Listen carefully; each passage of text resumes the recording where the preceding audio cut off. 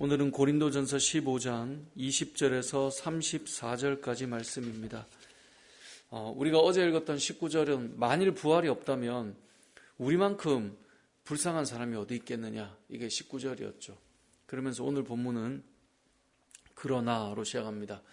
만일 부활이 없다면 이렇게 믿음으로 사는 것, 이게 정말 우리만큼 불쌍한 사람 없을 거다. 하지만 그렇지 않다. 우리에겐 부활이 있다. 이제 이 말을 하는 겁니다. 예수님의 부활하심을 이들이 목격했기 때문에 이렇게 담대하게 말할 수 있는 것입니다. 그래서 20절에 보면 그리스도께서 죽은 자 가운데서 다시 살아나사 잠자는 자들의 첫 열매가 되셨다라고 말씀하고 있죠. 하나님은 세상을 창조하셨습니다. 생명을 불어넣으셨고 우리는 이 땅에서 생명을 경험하며 살아가도록 지음을 받았습니다. 그런데 죄로 인하여서 이 창조와 생명의 그 놀라운 은혜 가운데 사망의 권세가 들어왔고 죽음 앞에 두려워하는 자의 삶을 살아가야 했던 것인데, 이것을 사망 권세를 깨기 위해서 예수님께서 이 땅에 오셔서 부활의 소망이 되어주셨다. 부활의 첫 열매가 되어주셨다. 그래서 모든 인생의 구원의 길이 열리게 되었다라고 하는 것이 이제 오늘 본문의 내용이고, 그리고 그 구원의 순서가 있는데 처음 부활은 예수 그리스도가 부활의 첫 열매다라고 오늘 본문은 20절에서 말씀하고 있고요. 뿐만 아니라 이제 각각 자기 차례대로 23절에 보면 각각 자기 차례대로 될 것인데, 먼저는 첫 열매인 그리스도고 다음에는 그가 강림하실 때, 주님 다시 오실 때 그리스도 안에 있던 자들이 그 부활의 기쁨을 누리게 될 것이고, 이것은 죽지 않는, 그리고 생명의 기쁨을 누리는, 또 주님을 만나는 것을 말하겠죠. 그리고 마지막으로 무덤에 잠자던 자들을 다 주님께서 일깨우셔서 이 믿음 안에 있지 않는 자들은 사망 권세 아래 놓인 자들의 심판을 받을 것이고, 그렇지 않은 자들은 하나님께서 우리를 생명 가운데 불러내시는 그 은혜를 경험하게 될 것임을 말씀하고 있습니다. 결국은 마지막에 심판받고 멸망받을 원수는 사망이다라고 26절에 말씀하고 있습니다. 그렇기 때문에 우리가 이 땅을 어떻게 살아야 되는가? 결국 부활하신 주님을 믿고 있다면 우리는 어떤 인생을 살게 되는가? 삶이 달라지겠죠. 29절에 만약에 부활이 없다라고 생각한다면 너희가 세례를 받기 위해 기다리다가 죽은 자들이 그 당시에 있었는데, 그럼 그들을 위해서 대신하여 세례를 받는 것, 부활이 없다면 그러한 어떤 관행들, 관습들, 왜 너희들이 그걸 하고 있겠느냐라고 말하는 것이고, 뿐만 아니라 30절에 보면 어찌하여 우리가 언제나 위험을 무릅쓰겠느냐. 당시 초대교회 성도들은 예수를 믿는다는 것 때문에 엄청난 핍박과 고난과 심지어 순교의 역사가 참 많이 일어났던 그런 시대 아닙니까? 근데 우리가 그럼에도 불구하고 이렇게 믿음으로 순교를 각오하는 이유가 무엇이겠느냐라고 말하고 있습니다. 정말 부활이 없다면, 예수님의 부활을 목격하지 못했다면, 그 사실을 우리가 경험하고 살아가지 못한다면 왜 우리가 이런 위험을 무릅쓰고 살아가겠느냐. 그리고 31절에 보면 사도 바울은 이렇게 말합니다. 너희에게 내가 자랑하고 말할 수 있는 것은 단언코 이거다. 나는 날마다 죽노라. 바울은 날마다 그가 예수 그리스도 앞에 죽음의 심정을 가지고 살았습니다.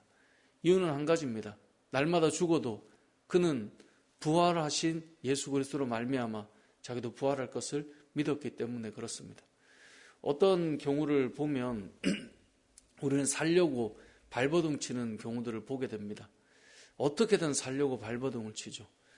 그런데 세상 사람들을 보십시오. 조금이라도 더 살려고 어떻게든 건강을 관리하고 발버둥을 치지만 결국은 다 죽음 앞에 서야 된다는 걸 다 알고 있습니다. 근데 바울은 거꾸로 말합니다. 난 날마다 죽는다. 하지만 그 죽음 앞에 들어가는 자신을 살리실 예수 그리스도가 있기 때문에 매일의 삶을 그가 죽음 가운데로 이끌어내어도 그것이 두렵지 않은 거예요. 그것이 그의 인생의 자랑이었던 것입니다. 저와 여러분의 삶이 부활의 소망이 있다면 인생이 달라집니다. 부활의 소망이 있으면 이 땅을 살 때 죽음에 대한 두려움이 아니라 날마다 나의 삶을 죽이며 주를 위해 살아가는 것이 가능해진다는 것을 그런 자랑스럽게 말하고 있는 것입니다. 이것은 인간적인 방법과 다른 거예요. 32절에 보면 내가 사람의 방법으로 에베소에서 맹수와 더불어 싸웠다면 내게 무슨 유익이 있겠느냐. 신앙생활을 하는데 사람의 방법으로 사는 사람이 있어요. 사람의 머리, 내 지혜, 내가 생각할 때, 내가 느낄 때 그것을 가지고 살아가는 사람이 있는데 그게 아니라 죽은 자가 다시 살아나는 그 부활의 소망을 가지고 살아가는 자들은 다르다는 거죠. 날마다 죽어도 그가 다시 사는 놀라운 은혜를 경험하며 나아가게 된다는 거죠. 그 반대의 사람들은 자기의 힘으로 자기의 뜻을 따라 부활이 없다 말하는 사람은 결국은 어디로 흘러갈까요? 32절 하반절에 보면 내일 죽을 터이니 먹고 마시자 하리라. 부활의 소망이 없는 사람은 결국은 보면 여기에서 어떻게든 조금 더 사는 것이 그의 인생의 목적이고, 그리고 그들의 마음에는 좋은 거 좀 더 먹고, 왜 그런 말씀들 어른들 예전에 많이 했잖아요. 살아있을 때, 좀 더 젊을 때, 좀 더 먹고, 좀 더 즐기고. 예전에 어떤 분이 이제 여행을 가는데 그 얘기 하시더라고요. 여행도 젊을 때 가는 거라고. 다 그때 즐겨야 된다고. 결국은 부활의 소망이 없는 자들의 인생은 이러한 인생에 불과하다는 거예요. 그래서 믿는 자들에게 말하는 겁니다. 33절에 보니까 속지 마라. 속지 마라. 믿음의 사람들이 자꾸 속는 경우들이 일어납니다. 심지어 교회 공동체 안에도 부활의 소망에 대해서 말하는 자들이 없는 경우들이 있기 때문에 속지 마라. 악한 동무들은 선한 행실을 더럽히나니. 분명히 믿음의 지체라고 생각하고 모여 있는데 그들의 이야기에는 부활의 소망에 대한 이야기가 없어요. 온통 여기에서 먹고 마시고 이 땅에서 뭔가 누리는 것이 전부인 거죠. 말은 그럴듯한 간증인데 사실은 하늘의 소망을 두고 있지 않기 때문에 그들과 나누면 속이는 일들이 일어나는 거예요. 그래서 속지 마라. 그들은 악한 동무들이라는 거예요. 왜냐하면 선한 행실을 자꾸 더럽히는 거죠. 그래서 34절에 깨어 의를 행하고 죄를 짓지 마라. 하나님을 알지 못하는 자가 있기로 내가 너희를 부끄럽게 하기 위하여 말하노라. 바울은 어찌 보면 좀 참 강한 사람이에요.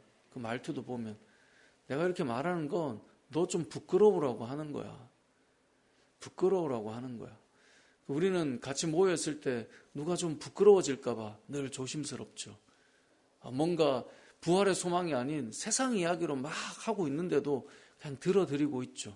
왜냐하면 그 사람이 그런 말을 할 때 혹시나 또 마음 상할까 봐. 근데 바울은 어찌 보면 좀 대놓고 이야기하면서 속이고 신앙의 자리에 있는 사람들을 흔들어 놓고 잘못되는 것에 대해서 너무나 단호하게 말을 하고 있습니다. 우리 오늘 본문을 통해서 우리도 분명하게 기억했으면 좋겠습니다. 부활의 소망이 없다라고 말하는 사람의 눈에는 무엇만 보이겠습니까? 무엇만 붙들고 있겠습니까? 하지만 날마다 죽는다라고 말하는 사도 바울의 삶과 결국 하나님 앞에 서야 될 그들의 인생이기 때문에 우리의 삶을 이 땅에서 어떻게 살아가야 하는가를 기억하고 이것을 흔들어 놓는 자들이 있다면 속지 말고 거기 넘어가지 말고 정말 주님을 만날 그때를 바라보며 부활의 첫 열매가 되시는 예수 그리스도를 바라보며 이 땅에서의 믿음의 삶을 때로는 고난이 찾아와도 그 위험을 무릅쓰고 믿음으로 살았던 이들의 모습처럼 저와 여러분의 삶 속에 정말 주님의 영광을 위해 오늘 하루도 살아가는 믿음의 삶이 되시길 주님의 이름으로 축복합니다. 아멘.